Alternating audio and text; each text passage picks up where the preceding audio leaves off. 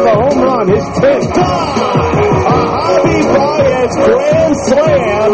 It's a grand slam from Morris Butler. 3 in a row for the Cardinals. Out of the park. Bregman launches. It is done. A home run for Freeman. You got to be kidding me. One hand off the facing of the second deck. Hits the wall and goes over the wall. He hung on. Danny Chado from his hip pocket. Throw people out. Swing and a miss. First K of his big league career.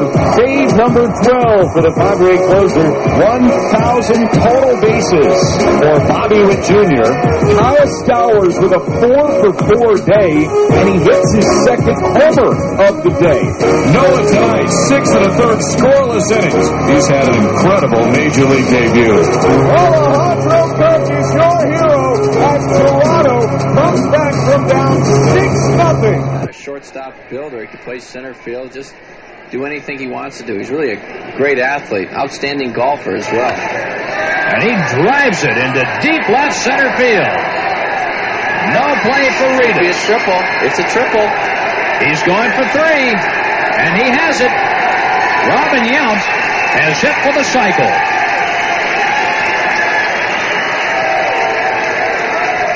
Oh, you called it.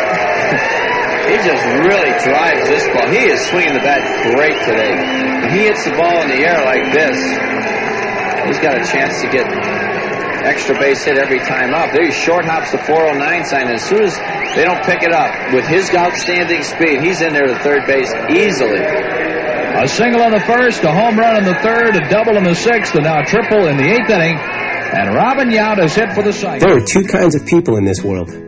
Those who love Old Bay, and those who've never tried it. Because once you taste this Chesapeake Bay seasoning, you'll immediately be turned into a canvert. Old Bay goes great on seafood, chicken, corn on the cob, french fries, pretty much anything. Join the Legion of Canverts in America. Pick up a can today. And before you know it, this could be you. Old Bay, the can that connects us.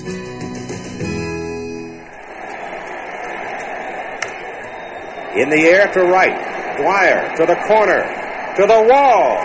Home run for Robin Yount, lifted to the off field. And the Brewers break on top. And that is a very important factor to consider.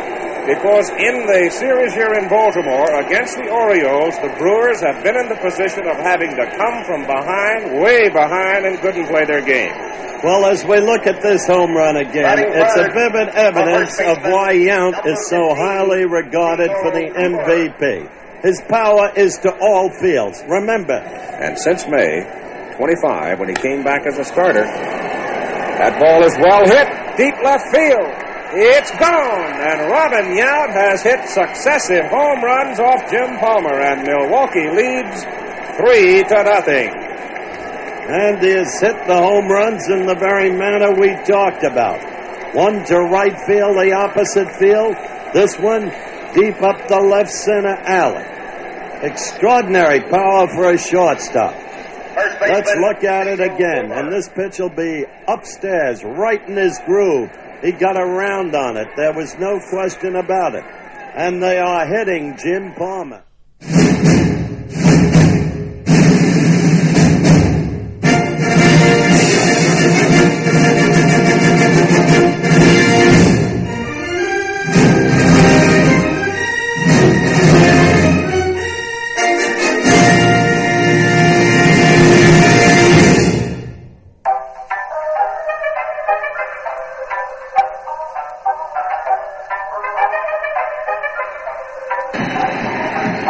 The next 2-2. Davis to left and will hit. Oh my! It's gone! Santa Maria! From high atop the Robinson Gearing Studio Complex and straight out of God's country, Pawleys Island, South Carolina, the Let's Talk Baseball Podcast Network proudly presents Backwards K Pod. And now, here's the host of the show, Jake Robinson. I never move in slow-mo. Welcome to my dojo. There's other pods and so chill like bro, yo. Focus like a GoPro. Ripping up this promo. Check out the scoreboard. Freaks, I'm throwing no. Going, it's going.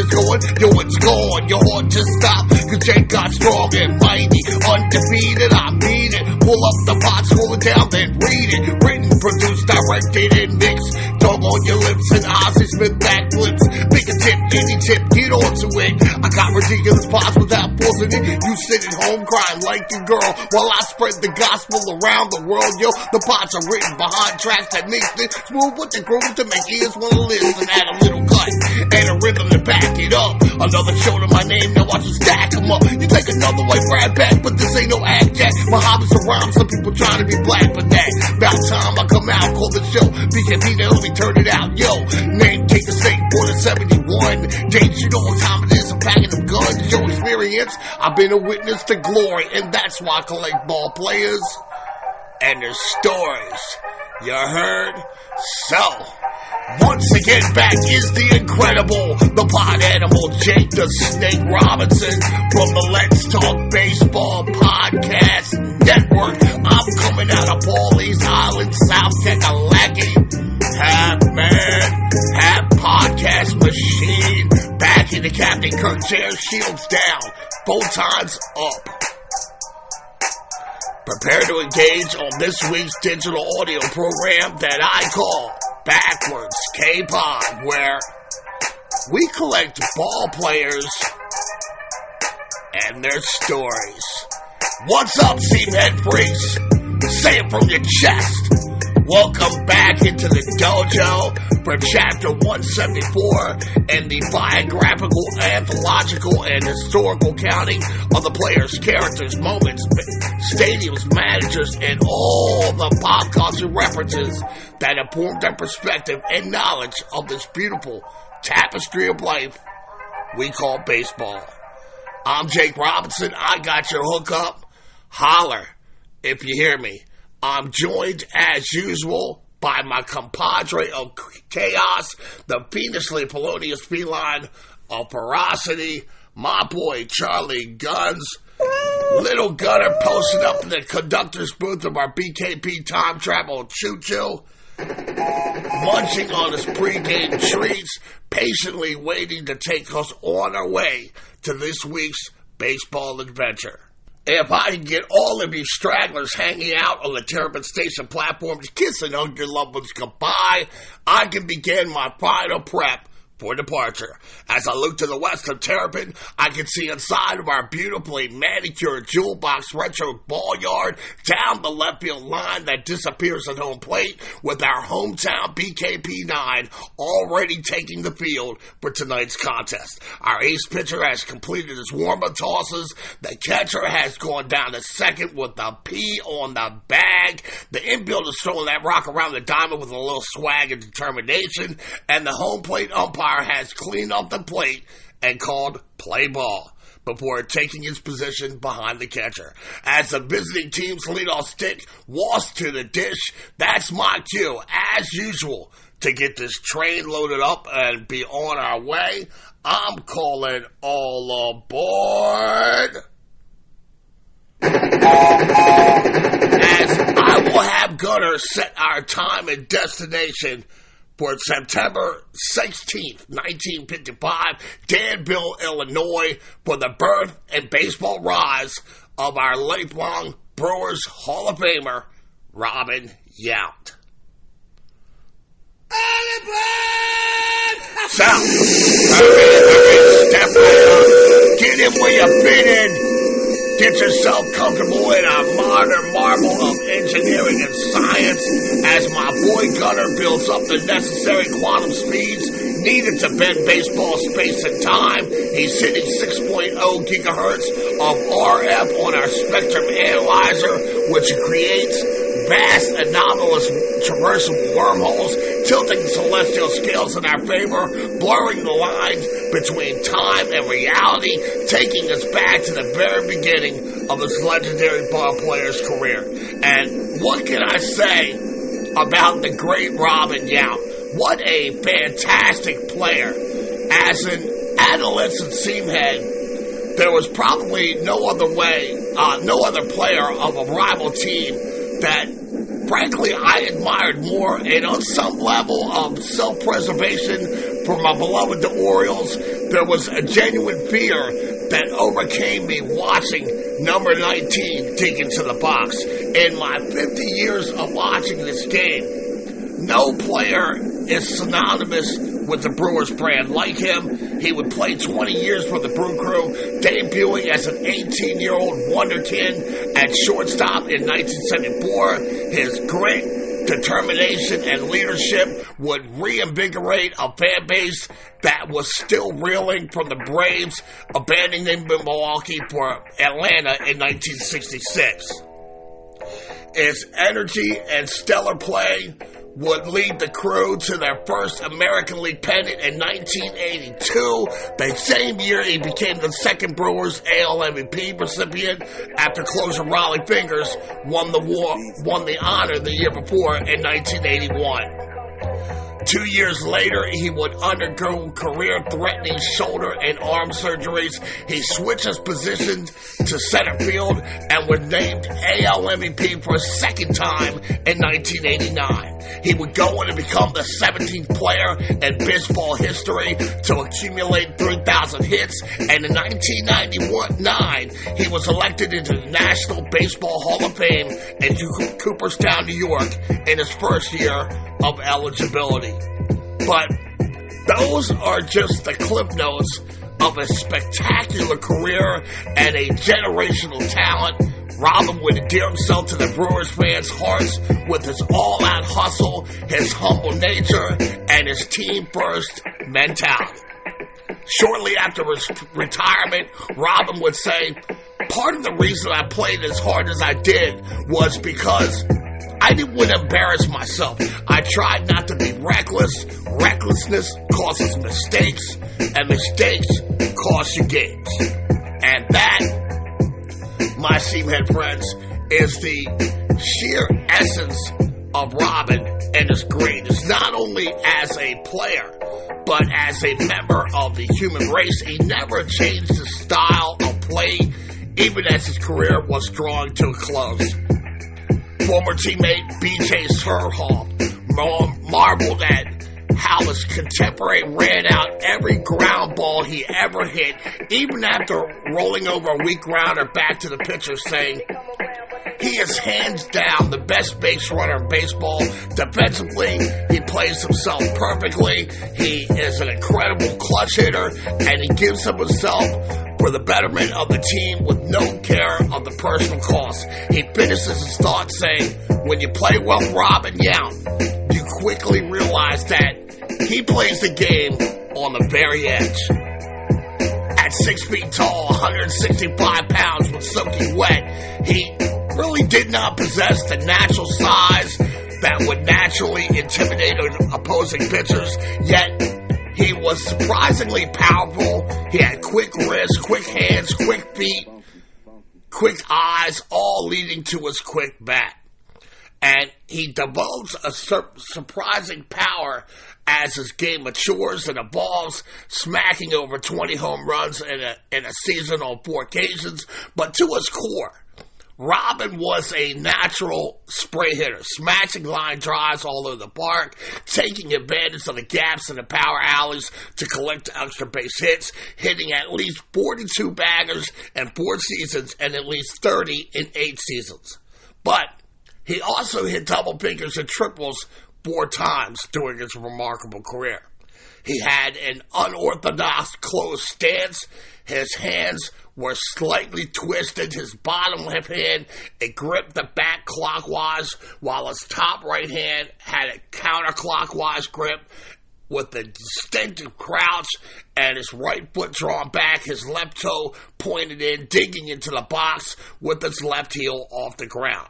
And Robin would admit that it wasn't necessarily the prettiest swing, but it worked for me, saying I had very few mechanical thoughts when swinging a bat. I was a reactionary hitter. I would let the balls go as deep as possible through the zone so I could properly read the pitch, and I always tried to hit the ball as hard as I possibly could. Knuckleball pitcher Charlie Huff once observed Robin's unorthodox style, and he looks like he's tied up, and you begin to foolishly think you have him beat, but then he'll get that bat head out there and smash a double down the line. And even though he played every game on the absolute edge, there isn't a pretentious or brash bone in the superstar's body, a quality that plays well in the Midwest. He may very well have been the most modest of Hall of Fame superstars during his era. He's a naturally shy and an unassuming nature, the kind of team leader that leads by example and deeds, not with an in-your-face rah-rah approach. And he kept his mates loose with his relaxed demeanor and humor that was always willing to shine success onto others in the clubhouse. He honestly had no desire for the spotlight. As an 18-year rookie, he was asked by reporters about his newfound publicity, and he responded by saying that he doesn't particularly like it, but they understood that there's a need for it in baseball. As he evolves and develops into a star, the reporters would always be by his locker looking for a quote, but Robin was never good with the sound bites. And here we are, freaks, as Gunner has us tearing through that last traversable wormhole. We find ourselves in Danville, Illinois, September 16th, 1955, for the genesis of this week's biopic on Robin Yount. He's born in Danville, which is just over the state line separating Indiana from Illinois, and his parents, Phil and Marion, they live in Covington, Indiana. Within a year of Robin's birth, Bill Yount relocates the family unit, which includes Robin's brothers, Jim and Larry, to the very affluent community of Woodland Hills in the San Fernando Valley, which is about 25 miles or 40.23 kilometers northwest of Los Angeles, California. His father, Phil, is an aerospace engineer who works for Rockin. And my perception of Robin and my adolescence is skewed by my vision of masculinity as a young boy in the 70s. When I saw Robin, I saw a man that I hoped I would eventually grow into. As a young boy coming of age, I had my perspective about what a man looked like at that time. Dudes like, Burt Reynolds, the Marble Man, Isaac the bartender from the Love Boat TV show, and Robin Yount. With his inner confidence and swag and that beautiful handlebar mustache, the gold lock mullets flowing from under those beautiful Brewers hats of gold and blue, and the hidden Milwaukee Baseball Club on the cap. I was truly an immediate admirer.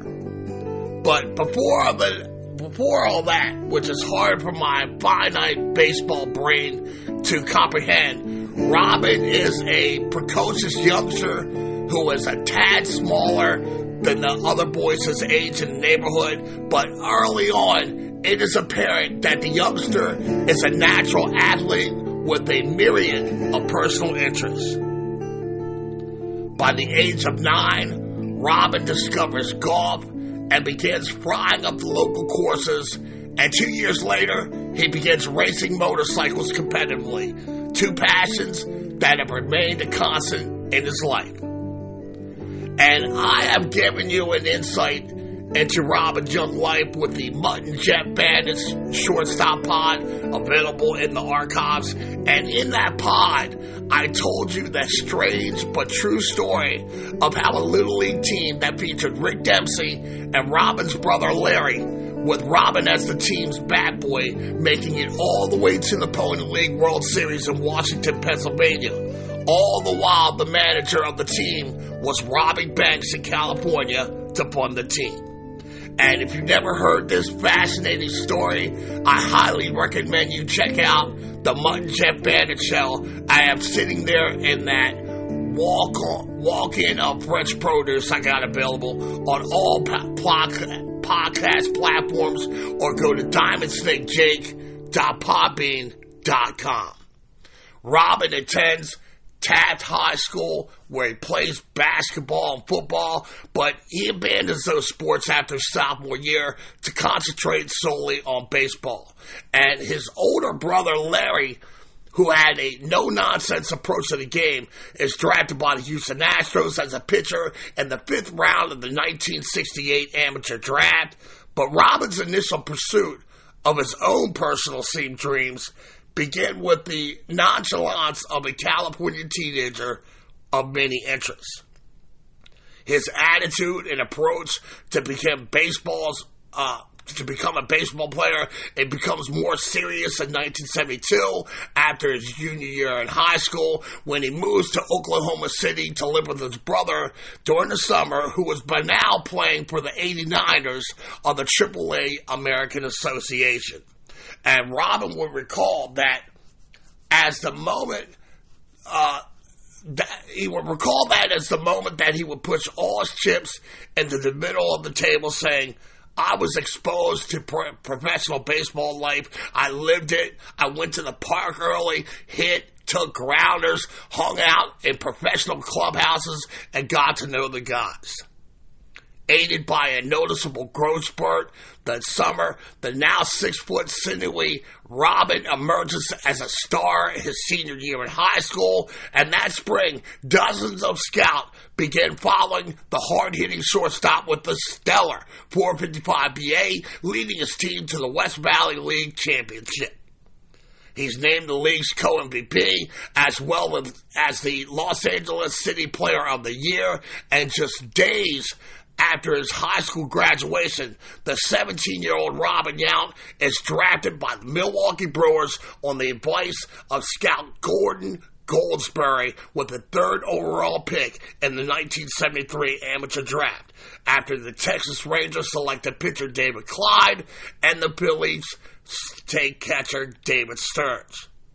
Robin immediately withdraws his letter of intent to play baseball at Arizona State University, and he signs with the Brewers for an estimated $75,000 signing bonus, which is about $500,000 of economic power here in 2025. The Brewers assigned Yount to the Newark co-pilots in the short season Single A New York Penn League. The team is atrocious, winning only 15 of 70 games, but Yount is a lone bright spot. He bats .285, and he earns an all-star nod at shortstop. In 1974, Yount is invited as a non-roster player to the Brewers spring training in Sun City, Arizona. The Brew Crew is reeling from the 4th consecutive losing season in Milwaukee since relocating from Seattle and rebranding from the Pilots in their inaugural 1969 season. Robin Yount isn't even on manager Del Crandall's radar at the outset of camp. Not only had Robin only played 64 games of low A ball, he had 18 errors in those games, but the Crew also had Tim Johnson manning shortstop, who made 135 starts in his 1973 rookie campaign. But by the end of camp, it's undeniable that Robin is the real deal Holyfield, and his preparation is infectious. The coaching staff is blown away by his physical prowess and his mental toughness. When the announcement of Yount joining the show as an 18-year-old kid for the 1974 Major League Baseball season goes public, reporters ask Crandall how he expects the kid to handle the pressures and rigors of big league life, to which Brewers manager quipped, "Some people worry about what just happened, and that makes them unprepared for what's coming next. Others, like Robin, have the ability to concentrate on what's next." One person who knew in his gut that Yount would be unfazed by the transition to heightened speeds as well as the cerebral aspects of the Major League game was his scout who discovered Robin, Gordon Goldsberry. In reflection, He has often said that Robin's ability to adapt to the pro game as an 18-year-old was thanks in large part to his brother Larry exposing his little brother to professional baseball during a stint in Oklahoma playing AAA ball. Robin had worked out completely with these guys and on the cusp of their team dreams, and he had seen all the things that they could do, and he knew he could match those guys. On April 5th, 1974, the 18-year-old Yount, barely a year removed from graduating high school, makes his major league debut as the opening day shortstop at County Stadium in Milwaukee to face the Boston Red Sox. In reflection of the moment, Robin has often said that he felt no pressure at all to perform. He had nothing to lose. If I didn't play well, they'd probably just send me back down, which is where I probably belonged anyway. Batting ninth in the lineup, he faces Louis Tiant Jr., draws a walk in his first at-bat, and flies out to left field in his next one, before being listed for a pinch hitter, Felipe Lou, in the bottom of the sixth, in the 9-8 loss, and for the 32,761 Brewers fans.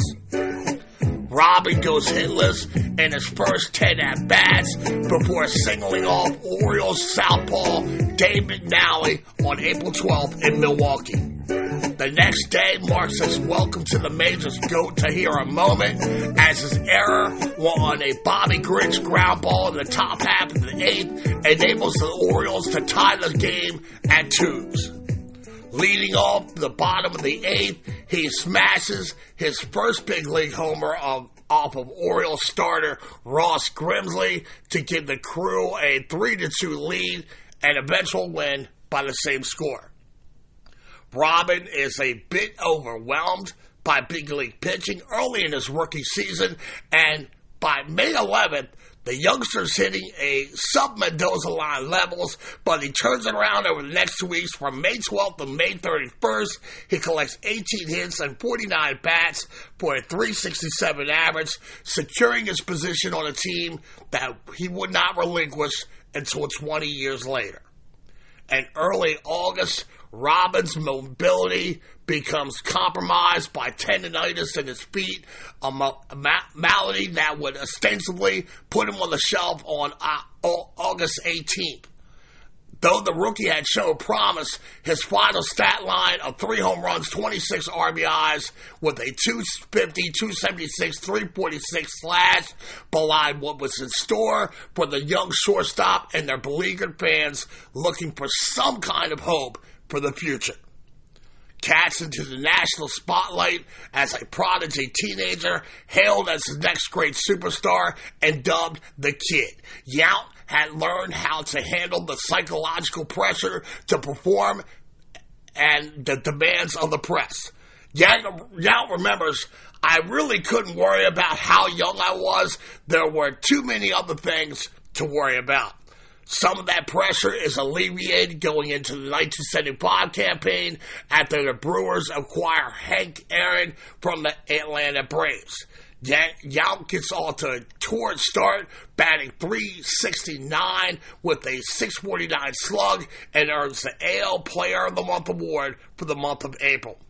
But he was severely sprained an ankle on the artificial turf at a Kauffman Stadium and would be sidelined for 2 weeks in May. When he returns off the DL, he doesn't regain his early season form, but he finishes with a respectable .267 average, 8 home runs, 52 RBIs, which exceeded expectations from the Brewers in an era when the Major League Baseball shortstops were really little punch and Judy hitters and not expected to fill up a stat line. You had guys like Larry Boa, Bill Almond, Rick Burleson, Dave Concepcion, Mark Belanger, amongst others.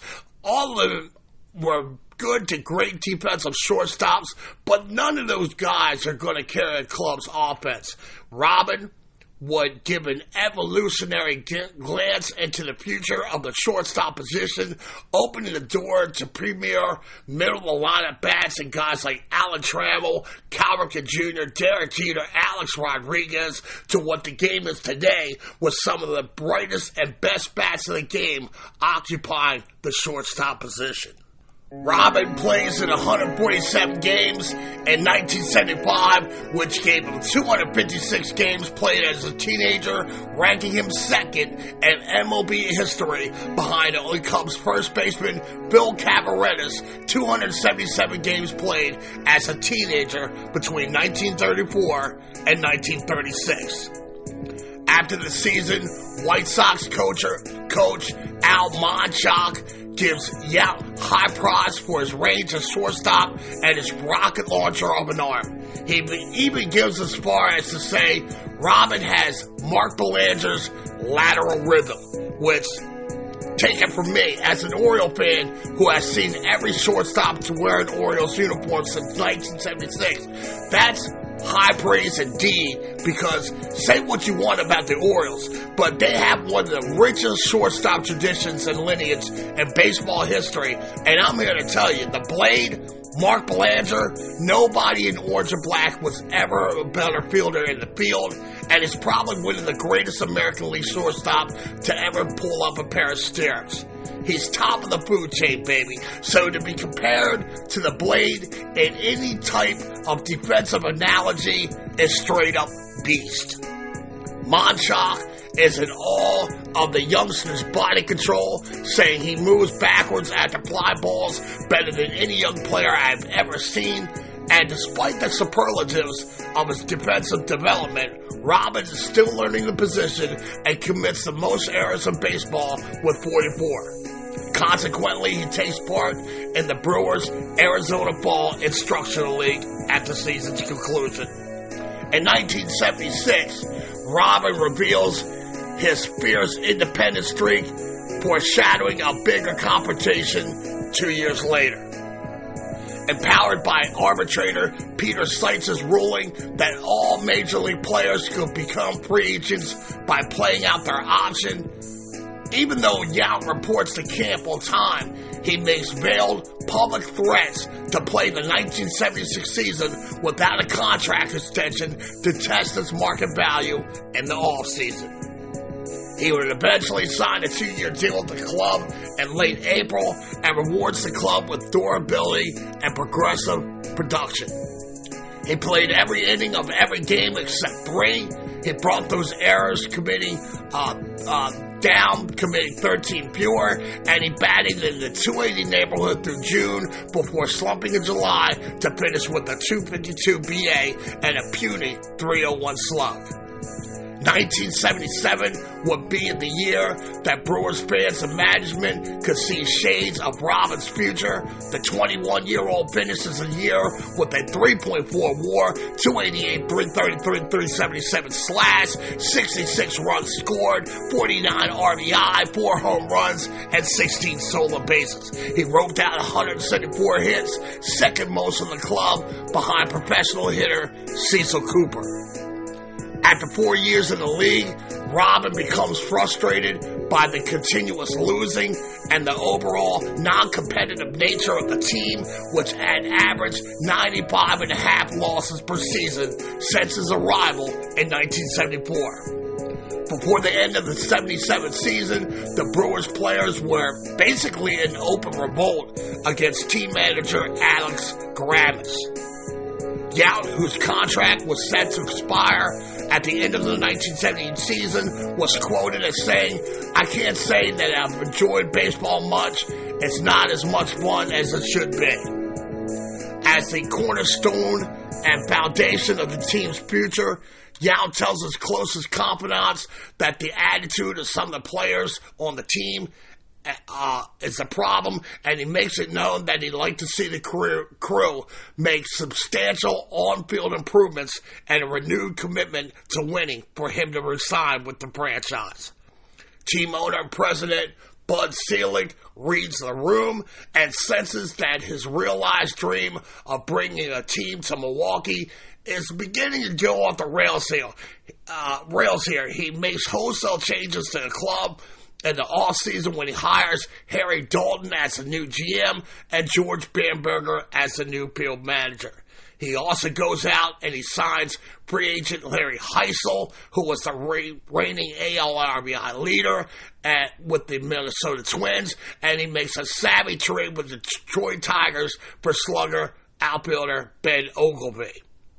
As the crew embarks on the 1978 campaign, optimism is abound, with Seelig claiming that this team is the best collection of talent in their 10-year history. But before camp even ends, Robin finds himself on the disabled list, away from the team, and publicly contemplating retirement. For the second time in 3 years, Robin had reported to camp without a contract. By mid-March, he is still unsigned, and the trade rumors are swirling. Adding to the mental stress of his contract situation, Yount is struggling on the field. He's plagued by painful tendinitis that he has a recurring problem with in his feet since his rookie season, and his sore right elbow was hampering his throws to first base. On March 28th, he's placed on the disabled list, and soon thereafter, he abruptly leaves his team. He spends the self-exile wrestling with the idea of giving up baseball to become a pro golfer. The excessive losing and contractual limbo had worn thin on him. Frustrated mentally and physically, surely walking the courses at Augusta and Pebble Beach had to be a happier circumstance than injuries and contract haggling and pressures of Major League Baseball. In retrospect of this moment in his life, Robin would later say, "I'm not a very introspective person as I get older, but at 20, 21, 22 years old, when most people wonder what the hell they're going to do with their life, I was beginning to wonder if playing baseball was what I wanted to do. I was very fortunate that Bud Selig had patience with me, and I'm grateful that he gave me every chance to figure it out." As the dawn breaks on the 1978 MLB season, Yount's future with the club remains murky, as he is a no-show for the Brewers training camp. His absence would prove to be a silver lining and a touch of gray as a new 21-year-old non-roster invitee wonder kid emerges, and shortstop Paul Molitor, who, like Robin, had only 64 games of experience in single-A ball. Molitor would be reassigned during camp, but Yount's injury and self-induced exile forces the Brewers to recall Molitor, and he's penciled in as the opening day shortstop on the Brewers roster. After some frank conversation with Dalton and Selig, the air is cleared. Yount returns to the club in May, though he still remains unsigned. Not ready to play on the field yet, and needing extra time to get his arm back in shape, Robin doesn't return to the club until May 6th, when his number is called in a pinch hitting duty. On May 15th, the club's 31st game, Robin gets his first start at shortstop, with Molitor moving over to play second. A rejuvenated Robin Yount begins taking apart the league's best pitching, and his first 14 starts, he goes 17 for 54 for a robust average of .315, with the club going 9-5 to go over the 500 mark. The crew then strings together a 10-game winning streak, and on June 17th, the club is a franchise best 10 games over 500, sitting in fourth place on the powerful AL East. During the win streak, Yount crushes the first of his 10 walk-off home runs on Blue Jays pitcher Tom Murphy to give the crew a 5-4 victory over Toronto. His love for baseball had come back and re-energized him, and he told reporters that he had never enjoyed playing baseball with this club more after that game-winning blast. By the end of the month, Robin and his club, they come to terms on a 5-year, $2.3 million extension, a hefty raise of over $8,000, and to offer some perspective in the monetary value of this contract, $2.3 million in 1978, has the economic power of $11 million in the 2025 economy. The contract was negotiated by his big brother Larry, who is by now a successful real estate developer, was definitively ended the incessant trade rumors that seemed to follow Robin around that summer. It was the dawn of a new era in Brewers baseball, characterized by a powerful lineup that led the majors with 173 home runs, featuring Heisel and his 34 dogs, and center fielder Gorman Thomas, who chipped in 32. On September 6th, Yount, who would finish the campaign with 9 bombs, he joins the home run party by smashing 2 home runs in a game against the Blue Jays at Exhibition Stadium, a feat he would accomplish 13 more times in his career. The monster day at the office was highlighted by a 4-for-4 performance with 5 RBIs and a 7-0 shellacking of the Jays. The offensive outburst was in the midst of his most productive stretch of games in his young career, batting .365, slugging .546 over a 41-game span from July 26 to September 7. Despite missing almost a fifth of the season, Yount had his most productive campaign at the plate thus far, finishing with 9 home runs, 71 RBIs, and a .293 average. From a team standpoint, the Brewers completed their most successful season, setting a team record with 93 wins, finishing in 3rd place, 6.5 games behind the New York Yankees. In 1979, Robin marries Michelle Edelstein, whom he met while attending William Taft High School back in San Fernando Valley. The two would have 4 children, Melissa, Amy, Dustin, and Jenna, and Robin fiercely guarded his family's privacy and shielded them from media scrutiny. A born Type A competitor, Yount enjoyed living life on the edge. He has often opined that I really didn't play baseball for the love of the game, rather for the love of competition. He had various all-season pursuits, which probably made the Brewers front office pucker up throughout his career. He continued to off-road race, motorcycles, all-terrain vehicles, and go-karts. He later dabbled in auto racing, once crashing a car in the late 1980s after purchasing his own race car. According to Robin, one of the first times I took her out on the track, I took a corner wrong, going about 120 miles an hour, 193 kilometers an hour, and the car flipped. As he was laying upside down in the middle of the chicane with the rest of the grid swerving around him, he remembers thinking to himself that maybe this isn't for me. A brand new car, and look what I did to it. Robin was your typical outdoorsman who also loved to hunt, fish, ski, and of course, play golf. Going into the 1979 MLB season, after his breakthrough 1978 campaign, the kid is desperately searching for some sort of semblance of consistency. But a still evolving game regresses with a .267, .308, .364 slash, the second lowest totals among regular starters on the club. His rising star was appearing to be eclipsed by Paul Molitor, who hits .322 in his sophomore campaign, as well as Gorman Thomas, who leads the American League 45 Dogs. The Brewers by now have been dubbed Bambi's Bombers in honor of the skipper George Bamberger, slugging their way to a franchise best 95 wins, the second best record in the AL to 102-win Orioles. In the best physical shape of his life, the 24-year-old veteran comes out of the gates white hot for the 1980 season en route to one of the most prodigious seasons for shortstop in big league history.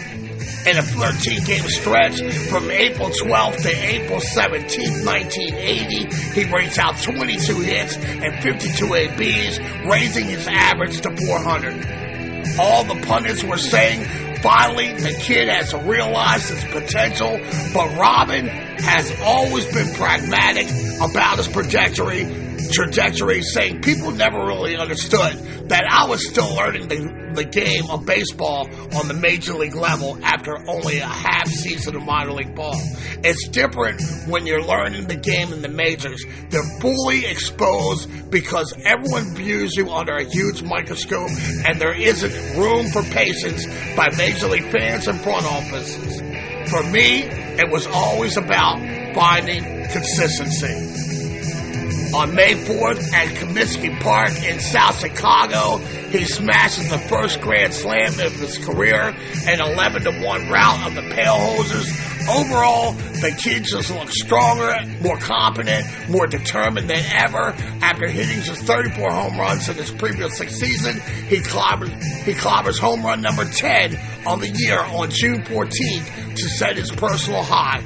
He would go on to bat almost exclusively out of the number 2 hole behind Molly, which affords him better pitches and protection. His power numbers soared, and his newfound offensive prowess gained more exposure nationally and a newfound respect by American League hurlers.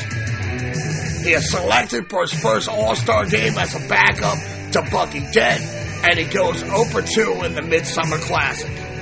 On August 16, 1980, Robin torches Indians pitching at Municipal Stadium, going 3 for 5 with 2 doubles and a home run and 4 RBIs. In a sport that is obsessed with numbers and stats, it's completely lost on the beat writers that Yount's second hit, a double off Sandy Whittle, was a 1,000th hit of his 6-year career, making him the 6th youngest player to reach that milestone after Ty Cobb, Mel Ott, Al Kaline, Freddie Lindstrom, and Buddy Lewis. The crew once again leads the majors in home runs, but are sunk when they lose 10 of 11 games in the second half of August, ultimately finishing in 3rd place with an 87-76 record, with their interdivisional rivals, the 103-win Yankees and the 100-win Orioles, produce the 2 best records in baseball, proving that competing in the tough American League East during the early 80s did no favors for teams during the pre-wild card era. It's an absolute phenomenal campaign for Robin, as he joined Ernie Banks as the only other shortstop in Major League history to collect over 80 extra base hits in the season, and becomes the first AL shortstop to compile more than 300 total bases since the 1965 AL MVP Zoilo Versalles of the Minnesota Twins set the bar. Robin would set club records with his 121 runs scored and 49 doubles, while batting .293 and slugging .519 with 23 home runs. Yount's encore to the 1980 season has all the optics of resounding failure, with 3 weeks to go in the 1981 season before the kid and the crew began to cook, laying the foundation for a season that will forever go down in Brewers lore. A strike by the Players Union canceled a third of the season, leading the owners to expand the playoffs, dividing the season into 2 halves, with the winners of each half playing one another in a newly established divisional series. The Brewers finished the first half in 3rd place with a 31-25 record, and were fading in the second half, losing 5 of 8 to fall into 3rd place with a 20-16 record behind the Tigers on September 14th, with just 3.5 games separating the top 5 teams in the American League East. At this time, Robin has a mediocre slash line of .251, .295, and .389, and the team appears to be running on fumes. Defying the odds, the Brew Crew gets hot, and their pesky shortstop in the middle of the club, unlikely march in the preseason, their first in their 13-year history. On September 25th, the Brewers enter a pivotal 3-game set in Detroit against the first-place Tigers, with the Crew trailing the Tigers 6-5. It would be the play of Robin Yount that would salvage a pennant race from Milwaukee. In that game, Robin hits a clutch 3-run blast off of future Hall of Famer Jack Morris to lead the Brewers to an 8-6 victory, pulling the Crew within a half game of the Red Sox and Tigers. After splitting the next 4 games, the Brewers find themselves in first place tie with Detroit on September 30th after clobbering the Red Sox 10-5 in County Stadium, with Yount leading the way with 4 hits and 3 runs scored. After feverishly shoehorning their way back into the 1981 playoff picture, the stage is set for a final series winner-take-all 3-game set against the Tigers at home. Yount once again supplies the offensive power, going 3 for 4, giving him 9 total hits in his last 13 at-bats, driving in 2 of the Brewers' runs in their 8-2 victory. The next night, the Brewers find themselves trailing Detroit 1-0 in the 8th when Robin's all-out hustle and a routine sacrifice bunt led to the eventual winning run and the second half championship. Yount lays down a perfect bunt to Tigers first baseman Ron Jackson, who fielded the ball cleanly, but looked a second for the opportunity to catch the speedy Molitor. Seeing that this wasn't a wise decision, in the 8th inning of a 1-0 game, he turns his attention back to first baseman, where second baseman Lou Whitaker is looking to cover the bag and retrieve the throw.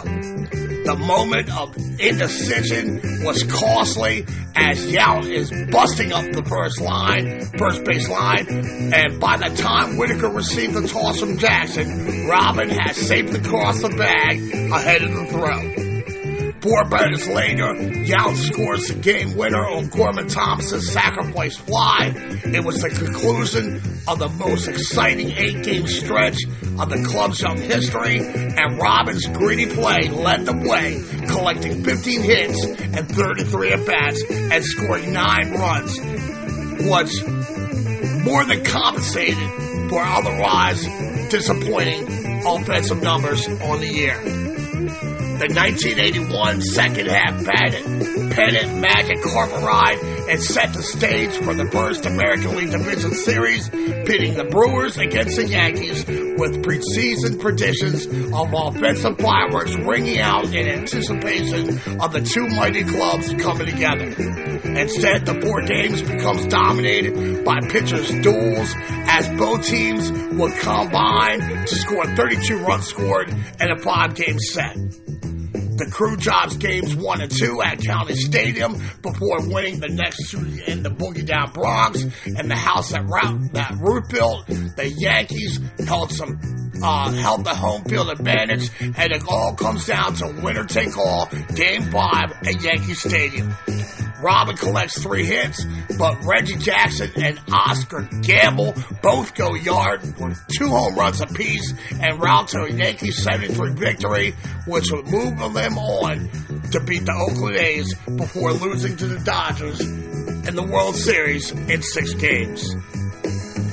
As a team, the Brewers' sputtering offense would lead to the postseason collapse, as a team batting average was .222, but Robin superb under the bright lights and on the big stage, leading the Brewers with .316, .364, .421 slash, and collecting a team-leading 6 hits.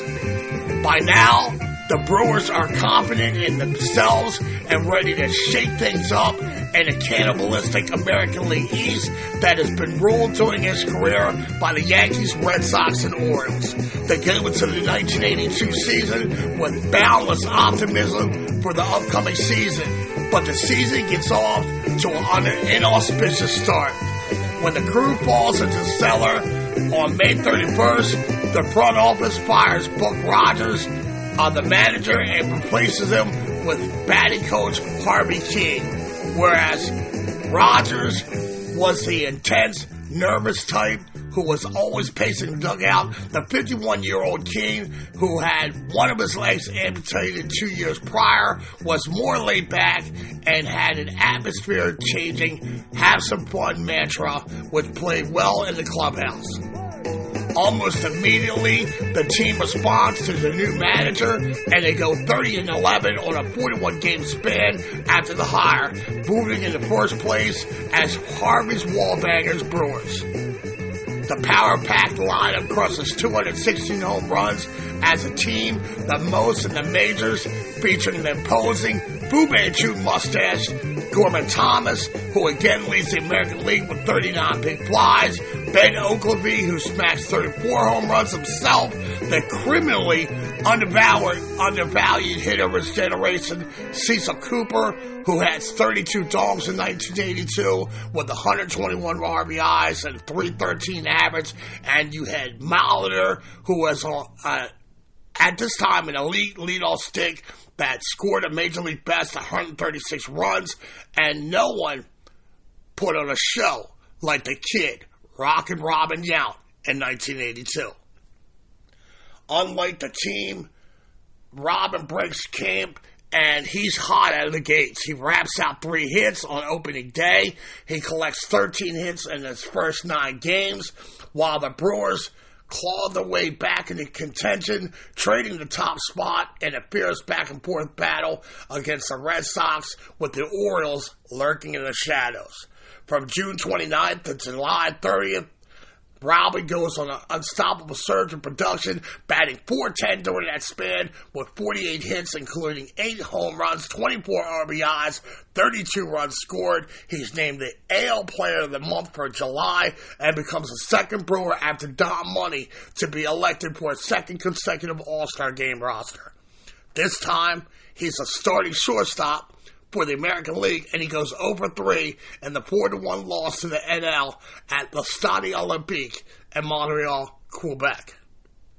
At one point during the 1982 season, it looks as though Milwaukee was bound to be running away with the crown, expanding their lead to 6.5 games over the second-place Red Sox on August 27th. But while the Wallbangers played inconsistent, uninspired baseball in September, the Orioles go supernova and win 30 of 40 games. The two powerhouse teams played each other 7 to 10 games during that span, just as with the 1981 season winding down. Robin's bat is decisive and all-encompassing. The first of those 7 games was played September 24th at County Stadium. The kid bashes 2 dogs. He gathers a career-best 6 RBI as the crew thumped the Orioles 15-6. But the Brewers would lose the next 2 games against the Birds and hold a precarious 1-game lead over the Orioles on October 1st. On the eve of their season-defining 4-game series at Baltimore's largest outdoor insane asylum, Memorial Stadium. The Brewers need to only win 1 game in the 4-game set to clinch the AL East pennant, but the Orioles come ready to fight and demoralize the Brewers by a combined score of 26-7 to take the first 3 games of the series. So it all comes down to a winner-take-all Game 162 that features a pair of Hall of Fame pitchers squaring off on one another, and Jim Palmer, the Orioles ace, and the newly acquired former Dodgers hurler John Sutton for the Brewers. Yount would be the spark and ultimately the difference, launching a solo shot off of Palmer in the first and another solo blast in the third. He also added his career-high 12th triple and electric 3-for-4 performance with 4 runs scored as Harvey's Wallbangers sealed the deal with a 10-2 rout. Orioles first baseman Eddie Murphy had MVP numbers that year, but in the end, Robin's pennant-clinching performance in Game 162 wrapped up the AL East title and the American League MVP votes. Yount was the brightest star on a team filled with a roster of stars, and he just concluded one of the best seasons by a shortstop in baseball history. He became the first shortstop to lead the American League in total bases with 367 and a .578 slug. Only the Cubs' Ernie Banks and Pirates legend Honus Wagner had accomplished that feat as NL players. Robin paced the junior circuit with 210 hits, 46 doubles, while matching 29 home runs and driving in 114 runs. Yount will lose the batting title by 1 point to Royal center fielder Willie Wilson, 332 to 331, which generated some controversy when Kansas City manager Dick Howser sits a speedy center fielder on the final game of the season. His manager, Harvey Keene, who himself was a 10-time All-Star during his playing career, he praises upon a shortstop, saying, "He's the best all-around shortstop I've ever seen in my entire life, and that includes Ernie Banks, who I played against." The kid would be a near unanimous MVP for the year, receiving 27 of 28 first place votes to become the second MVP winner in franchise history. He also won his first and only Gold Glove at the shortstop position in recognition of his AL leading fielding percentage.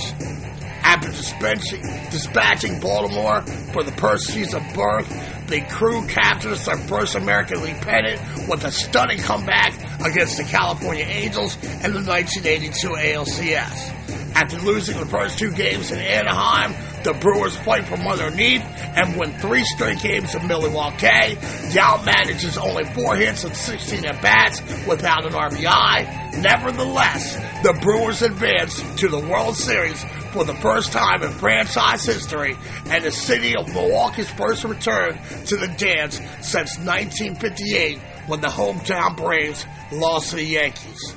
The 1982 World Series featured a contrast in styles, the powerful, hard-hitting Harvey's Wallbangers versus Whitey Ball, the St. Louis version of small ball and speed, espoused by the teaching of Cards manager Whitey Herzog. The Brewers flipped the script in Game 1. They beat St. Louis at their own game, spraying 13 singles all over the Busch Stadium turf with only 1 home run as the Brewers pitchers Mike Caldwell sets out the Redbirds 10-0, led by Mahler's 5 hits and Robbins' 4. The Redbirds rallied to win Game 2 at Busch 5-4, and at County Stadium for Game 3, the Brewers' bats go quiet in a 6-2 defeat.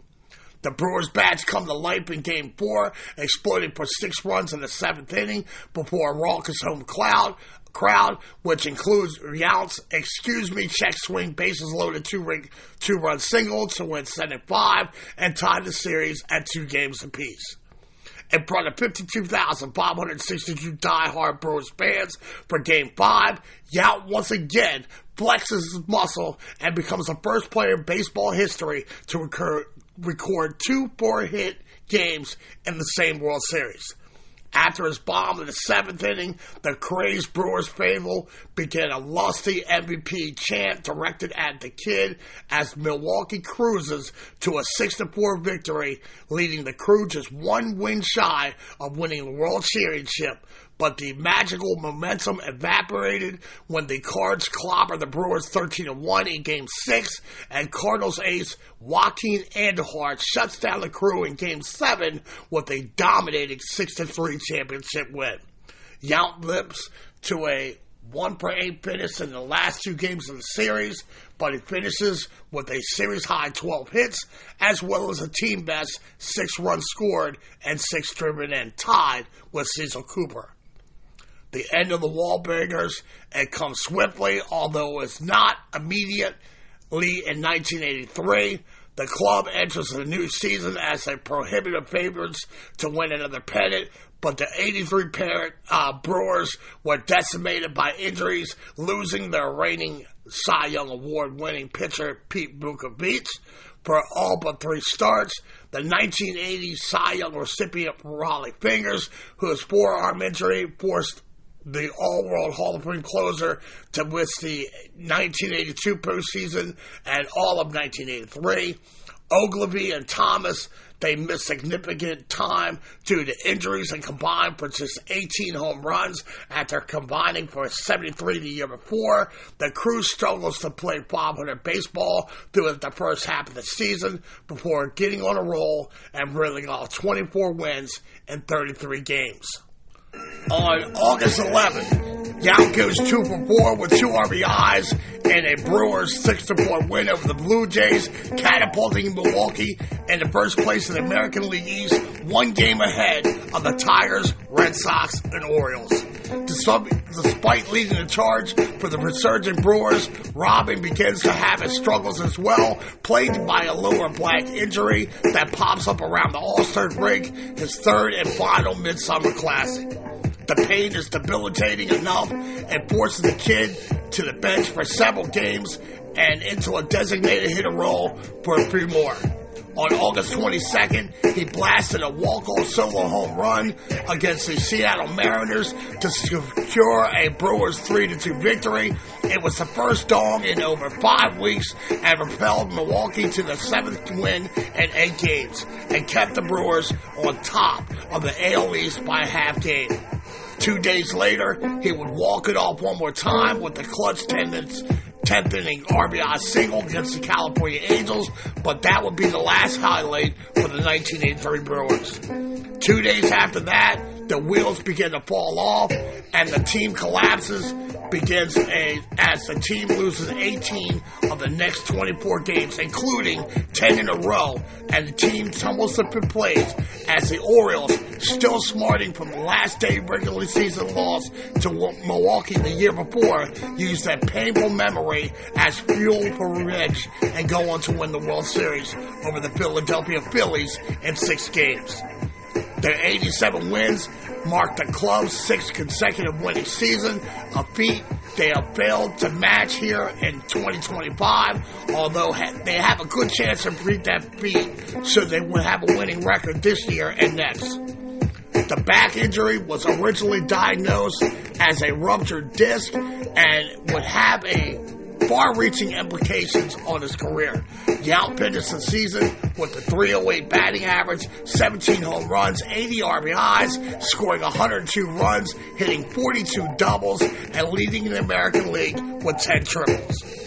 According to modern metrics that are used today, a case can be made that Robin should have won his 2nd MVP trophy in 1983, following up his 9.9 WAR season in 1982 to register a 7.6 WAR the season after, even though he finished 18th in voting behind second-year player and the new shortstop of the future, Calvin Jr. of the Baltimore Orioles.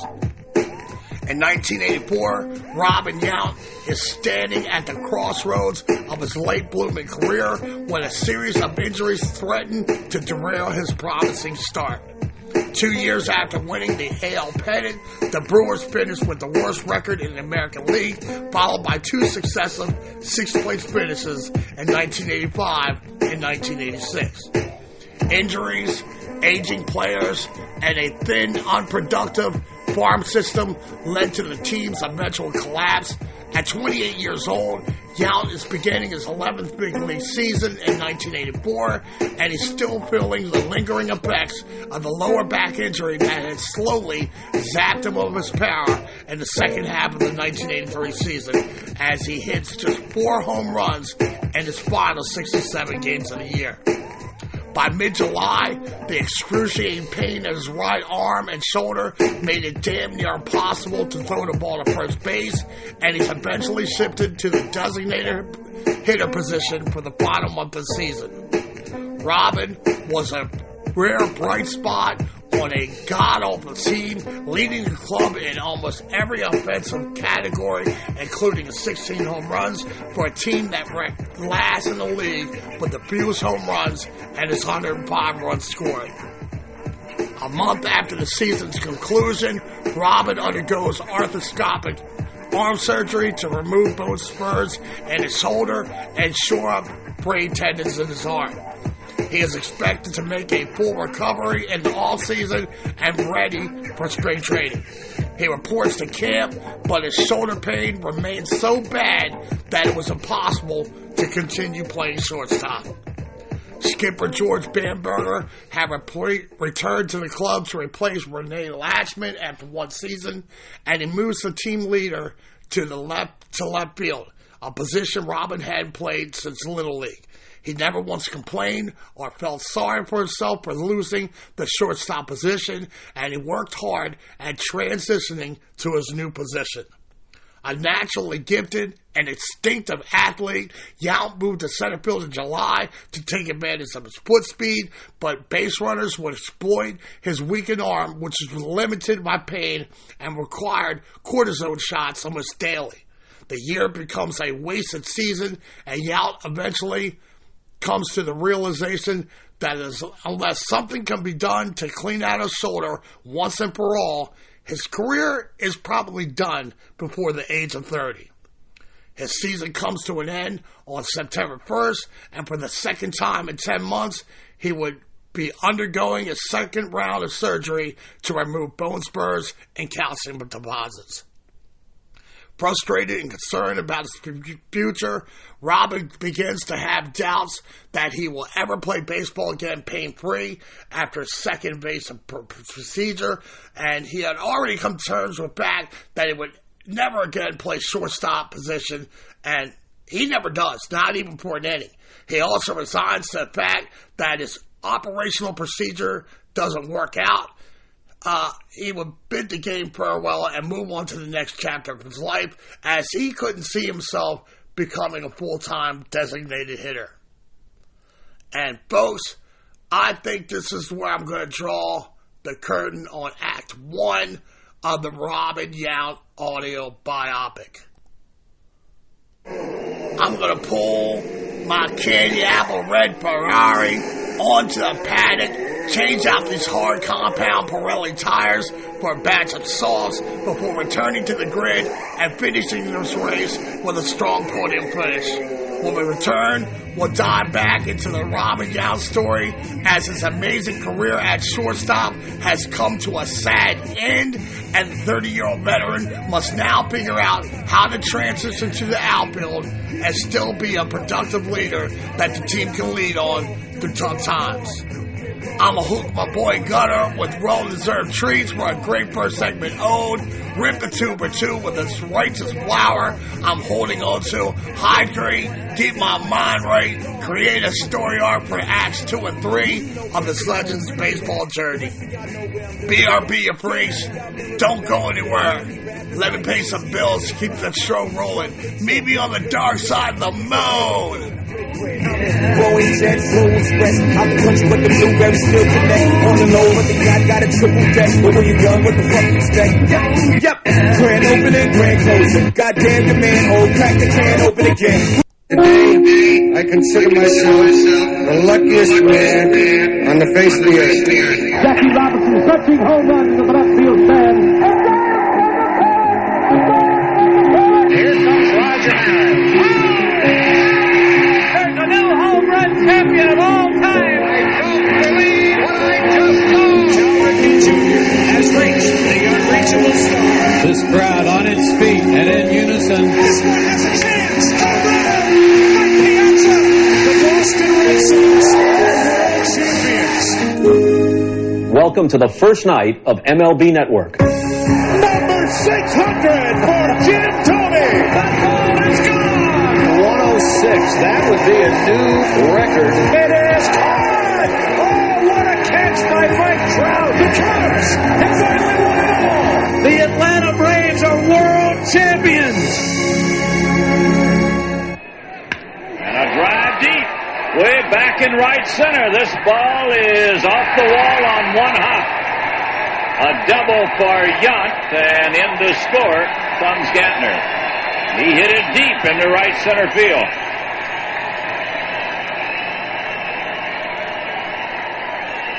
And that was his 945th career RBI. Surpasses Cecil Cooper as the all-time RBI leader. And we've seen this so many times. He has outstanding power to the opposite field. Fastball up and out over the plate. And he splits the outfielder. His short hops the wall, almost bounced over the fence. He's getting a standing ovation now. Here's the panogram in right field that gives the information to the crowd, and a standing ovation for Robin Yount.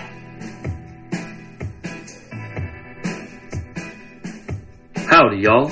This is Big Tex Gage Geena, executive producer of Backwards K Pod. In Texas, we do everything big. After football and golf, there's probably nothing I love more than going fishing and enjoying a good crawfish boil. The only thing I dislike about going fishing is the lingering odor it can leave on your hands afterwards. Well, the Fish and Hand Cleaner is an all-natural liquid soap perfect for overpowering fish and bait odors from your hands. I can't tell you how many times I've eaten steamed crabs, lobster, shrimp, crawfish, and then washed my hands with regular soap, only to touch my eyes half hour later, and my face begins to melt off due to the damn Cajun Old Bay spices. Well, we also have a hand cleaner specifically formulated to use after eating shellfish and other seafoods. Perfect for cleaning spicy, smelly hands after a Texas-sized seafood feast. In these cases, don't settle for anything less than our crawfish hand cleaner, our crab hand cleaner, or the fish and hand cleaner. An ingenious trifecta of natural hand soaps developed and owned by a disabled Navy veteran.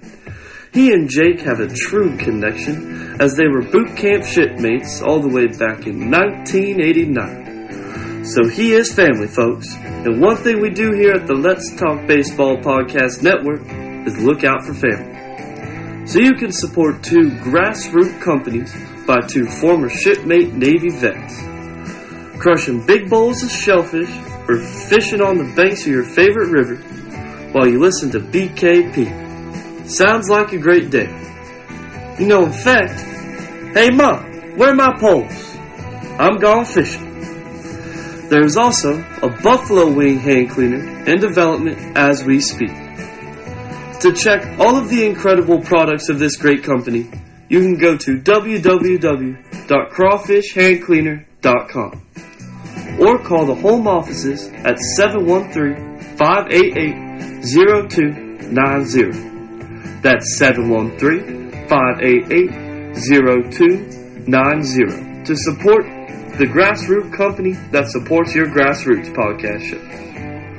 That's crawfishhandcleaner.com or 713-588-0290 to prepare for your summertime shellfish feast or that fishing trip you're planning. crawfishhandcleaner.com. First with 2 outs in the ninth. The Brewers lead 7-0. Hit in the air. Yount makes a great catch, and Juan Nieves has thrown the first no-hitter in Milwaukee Brewer history. What else can happen to this team? Juan Nieves has no-hit the Baltimore Orioles on a great game-ending catch by Robin Yount.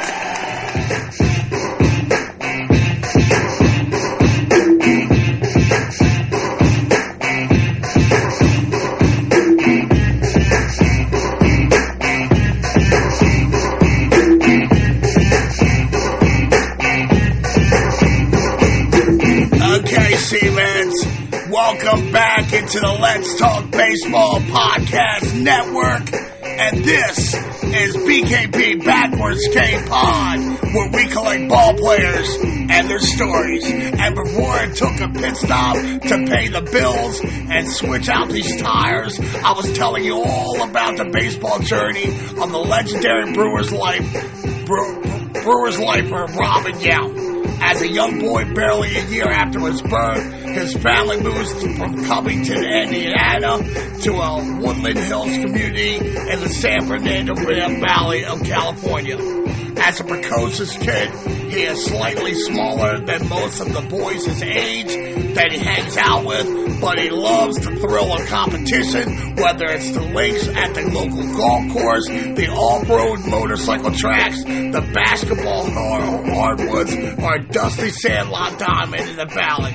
Robin lives life on the constant edge. There was unbridled need to compete at the highest level. When he begins his high school athletic career, he finds himself competing in baseball, basketball, and football. But he would abandon playing football and basketball going into his junior year to concentrate solely on playing baseball after his older brother Larry was drafted by the Houston Astros in the 1968 Amateur Baseball Draft.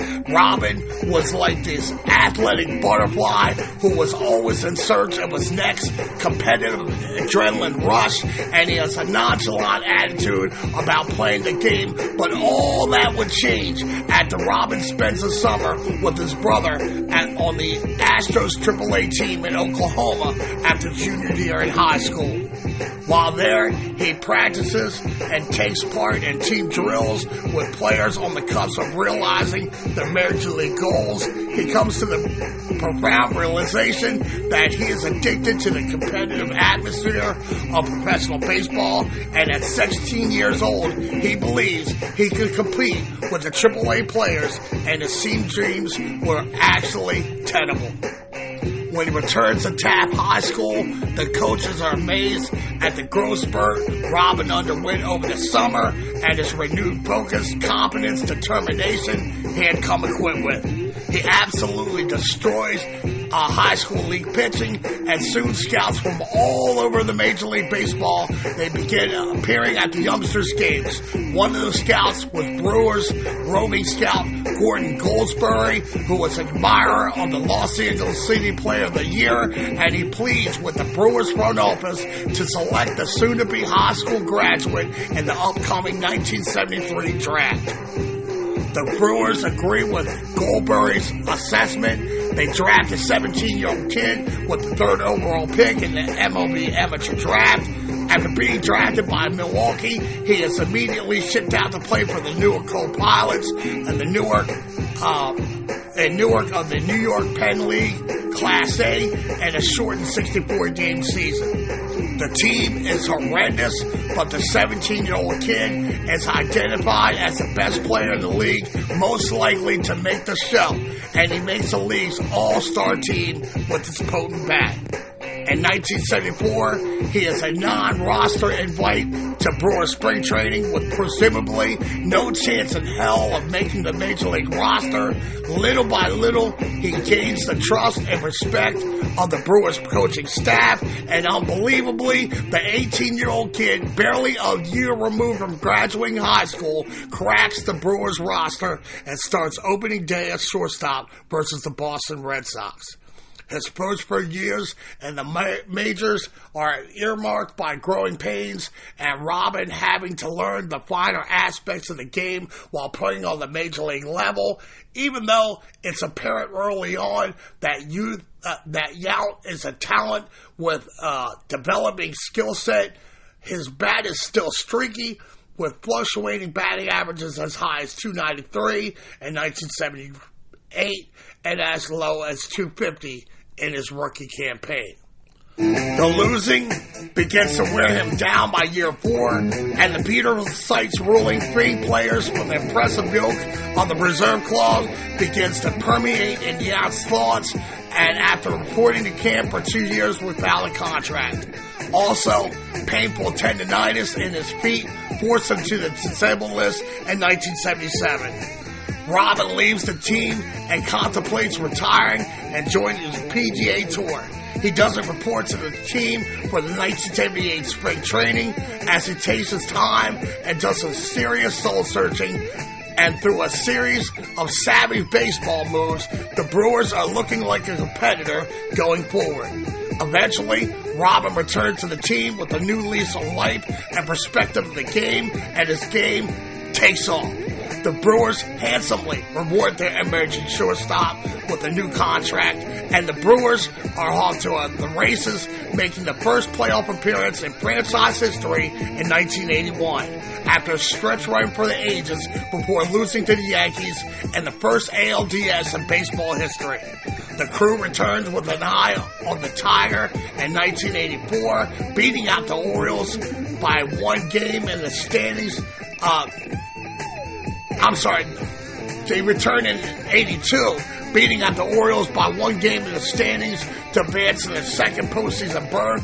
The Brewers would dig their way out of an 0-2 hole to the Angels in the ALCS to win the American League pennant at the hard-fought 5-game set. The World Series matchup comes down to the prodigious power of Milwaukee versus the small ball ways of the St. Louis Cardinals. Robin is clutch in the Fall Classic, but the Brewers would relinquish a 4-2 advantage to lose the World Championship in 7 games. Despite losing the ring in 1982, Yount establishes himself as an elite star in the baseball universe. He leads the American League with a 10.5 WAR, 210 hits, 46 doubles, 578 slug, 957 OPS, 166 OPS plus, and 367 total bases. He is a near unanimous selection for the American League MVP, and he wins his first and only Gold Glove award in his career. Even though the Brewers were favored to repeat as the Kings of the American League in 1983, the proverbial window slammed shut on a team decimated by injuries, age, and unproductive and uneven play. In 1985 and 1986, Robin is struggling with the excruciating pain in his shoulder and arms and undergoes 2 invasive surgeries within 10 months of each other to clean out bone chips and calcium deposits. Playing shortstop is no longer a viable option for the club or Yount, and he makes the transition to the outfield without pissing and moaning about his circumstances like a true pro. To take advantage of his still fast wheels, manager George Bamberger decides to stick Robin in center field, and like a good, loyal, blue and gold soldier, he moves to center field and begins thinking of ways to reinvent himself. The now 13-year veteran at the age of 30 is tasked with the challenge of reviving his career as a full-time center fielder in 1986. For the first time in almost 3 years, the kid is pain-free, and it shows at the plate. He doesn't really have the power that he used to carry in his lumber, finishing the season with 9 home runs, but his bat-to-ball propensity was on another level as he bats a robust .312, the 6th best average in the American League during the 1986 campaign, mainly from his customary 2-hole in the lineup. He made a seamless defensive transition to center field, leading all American League outfielders with a .997 fielding percentage, propelled by 12 hits in the previous 6 games. Yount becomes the 7th youngest player after Cobb, Rogers Hornsby, Ott, Aaron, Joe Medwick, and Jimmy Fox to reach the 2,000 hit milestone after singling against the Indians at County Stadium on September 6th.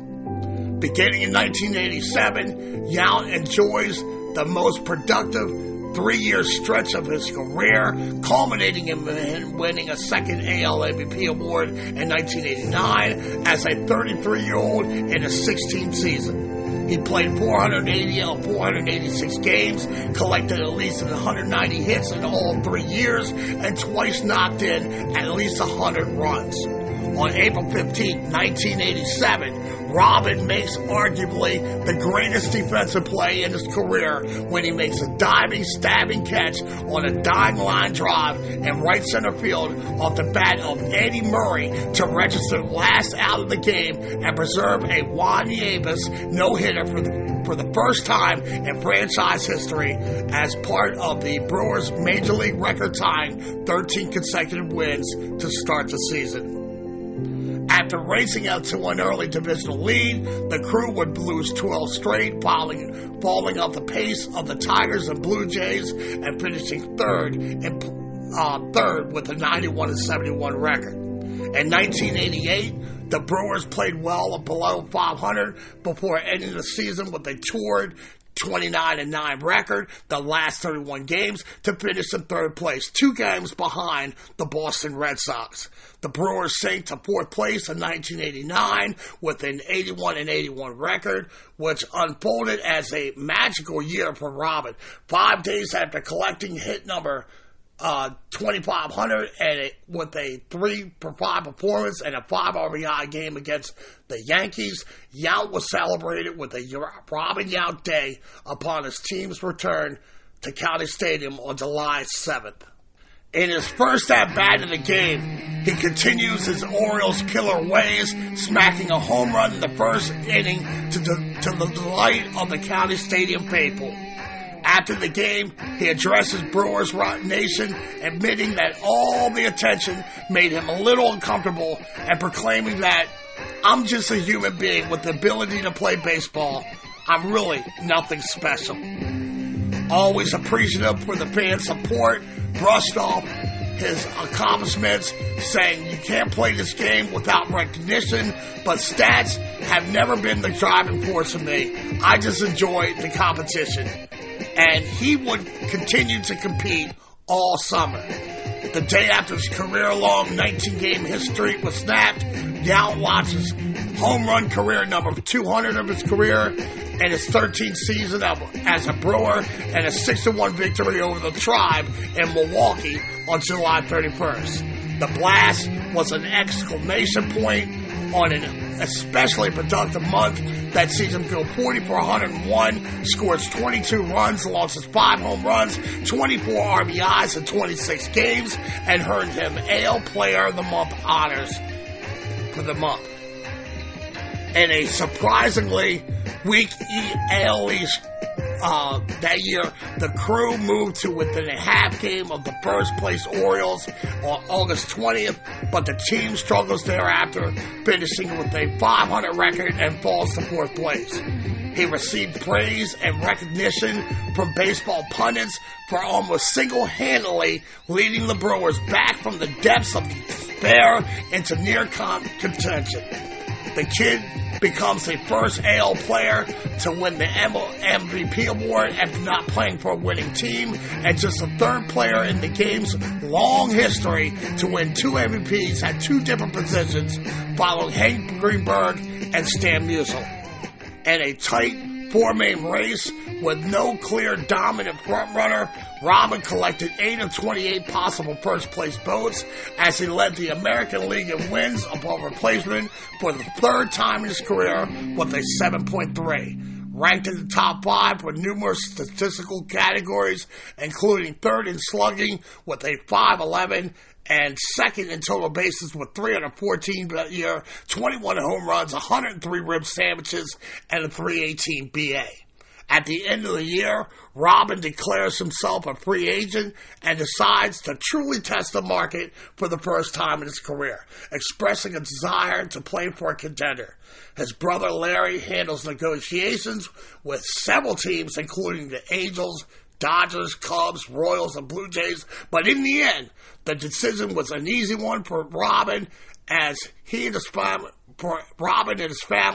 as he resigns a 3-year extension with Milwaukee worth $9.6 million, making him the highest paid player in the game in 1990. Now, $9.6 million, and has the spending power of $23.5 million in the 2025 economy, and admittedly, his loyalty to the city of Milwaukee and Bud Selig, it won him over in the end, telling beat writer Peter Gammons that Milwaukee has always been a big part of the reason for my success. It's a small market without a ton of media attention, which makes it easier to play there instead of a huge media town. It's a family city. I can go to the park, play, come home, and be with my family. Also, my kids are very happy in our neighborhood.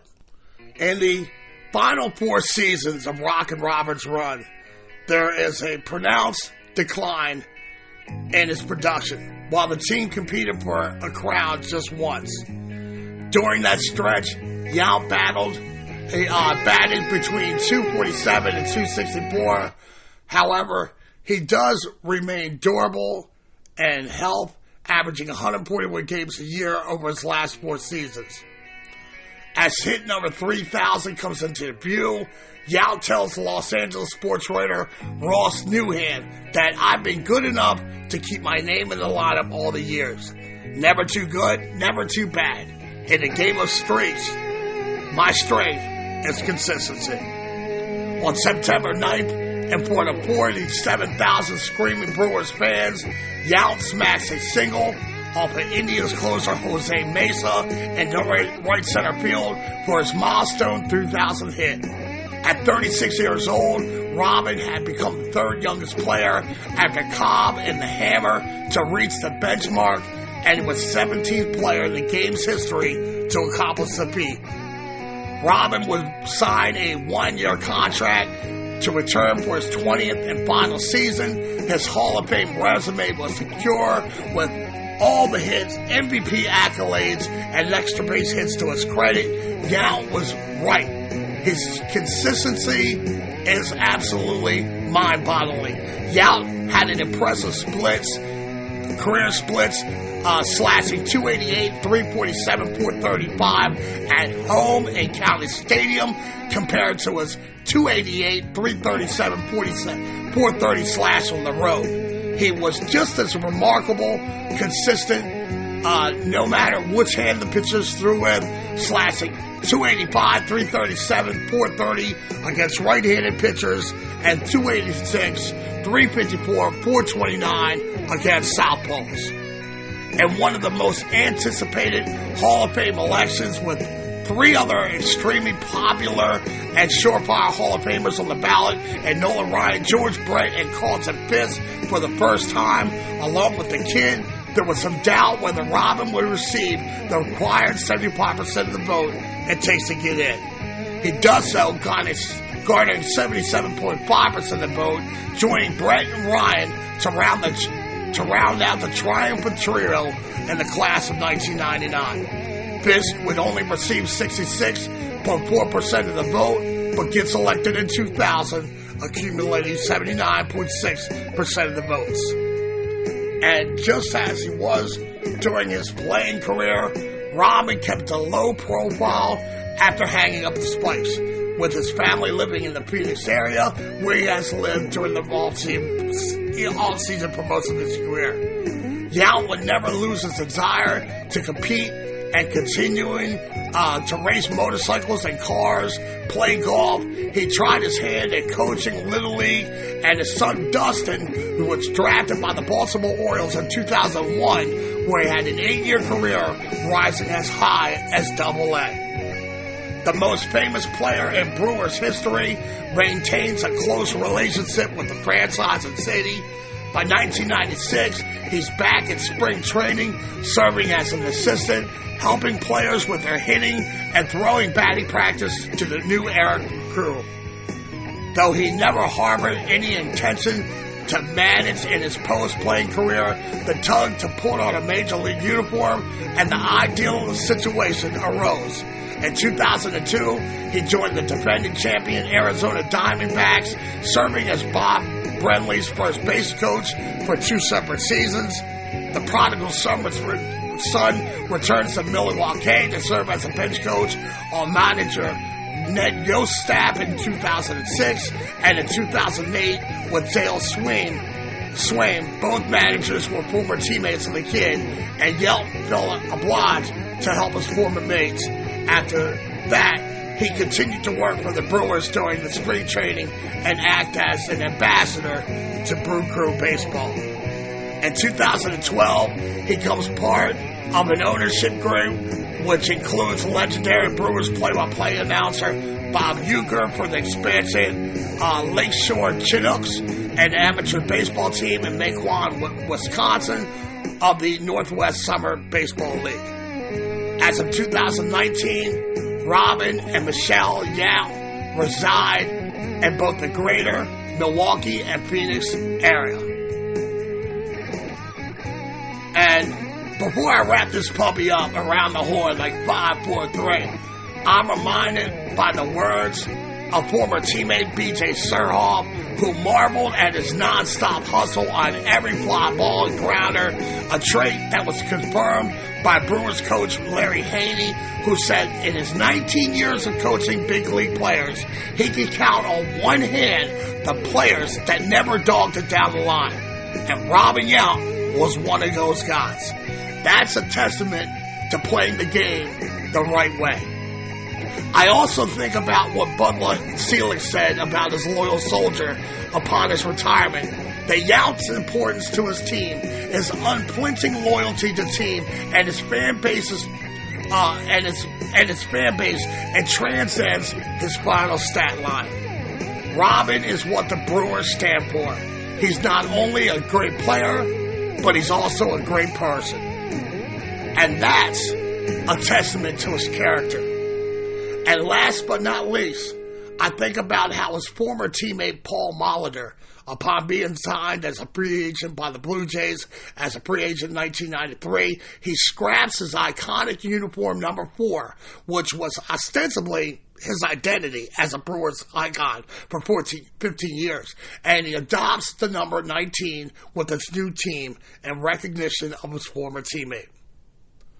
And when a Hall of Famer, a future Hall of Famer, shake hands his numbers in recognition and tribute to a former teammate, that, my friends, is a testament to the impact that one has on his peers. And with that, Seamheads, I think this is where I'm going to draw the curtain on the Robin Yount bio. But before I ball out like cut-off shorts, let's take one last look at those so impressive Robin Yount numbers he left behind on that Hall of Fame resume. Okay, what do we got here? Robin R. Yount, a.k.a. Rockin' Robin, a.k.a. The Kid. Born September 16, 1965 in Danville, Illinois. Drafted by the Milwaukee Brewers with the 3rd overall pick in the 1973 MLB Amateur Draft out of William Taft Charter High School in Woodlands Hills, California. On April 14, 1974, the 18-year-old Robin Yount becomes the 13,459th man in the history of the planet Earth to join the MLB fraternity when he makes his big league debut versus the Boston Red Sox, going 0-1 versus Louis Tiant Jr. with a walk. 20-year MLB career, all with the Brewers of Milwaukee. A 77.4 wins above replacement, the 73rd best WAR in baseball history, tied with pitcher Zach Greinke. 2,856 games played, the 17th most in games history, with his 12,249 plate appearances being the 15th most in baseball history. 1,632 runs scored, 3,142 hits, the 21st most in the game's history, and he's sandwiched between Paul Wainer at 20 and Tony Gwynn at 22. 583 doubles, the 22nd most in baseball history, 126 triples, 251 home runs, 1,406 RBIs, 271 stolen bases, 105 times caught, 4,730 total bases, the 36th most in the game's history, and he sits between Gary Sheffield at 35 and Rogers Hornsby at 37. 1,350 strikeouts to 966 walks. A career slash line of 285, 342, 430, a 772 OPS, and a 115 OPS plus. Two-time American League MVP in 1982 and 1989, 1982 Gold Glove Award winner, 3-time All-Star, 3 Silver Slugger Awards, 1980 and 1982 at shortstop, and 1989 in center field. 1982 Major League Baseball Player of the Year, 3-time American League Player of the Month, 4-time American League Player of the Week. On May 29th, 1994, the Brewers retired his number 19 for posterity And in 1999, he received 385 of 496 ballots cast to earn inclusion into the National Baseball Hall of Fame in Cooperstown, New York, with a 77.5% of all possible votes, joining George Brett and Nolan Ryan to round out this impressive class. Ladies and gentlemen, boys and girls, seamen of all ages, this has been the story of the kid, Robin Yount. I want to thank every member of this beautiful congregation for stopping through this week and listening to me preach the gospel of the seams with his bio on the legendary career of Robin Yount. I'll be up tomorrow working up a sweat with a bullpen session in anticipation of my next start in the rotation, and I promise, nerds, I'm trying to be better next week. I'm just going to keep coming through with that baseball smoke. As my boy Gunner makes his way up the tracks, feverishly trying to get you back to your loved ones awaiting your return to Terrapin Station, I see the Robin Yount story getting smaller and smaller in our rearview mirror. I now turn my attention to I never say die baseball hydra. I reach under my kimono, grab my katana blade, and I chop the head off that beast, only to see two more baseball topics appear in this place. Next week, this train moves on to the Dominican Republic, baby, for the Genesis backstory of one of his era's most electrifying ball players ever. Next week, I bring to you the baseball journey of one Vladimir Guerrero. Thank y'all for coming out. God bless and win the day. So, I think I accomplished my goals. Bitty, but see, I came, I saw, I kicked this show's ass. Me and my boy Charlie Guns, we throwing our Gunnar Hendersons high in the sky, y'all. That's our number 2s. As in peace. We got Vladimir Guerrero on deck. From the forehead to the dirt. See the ball, hit the ball. What a beautiful ball player. Sounds fun. See ya.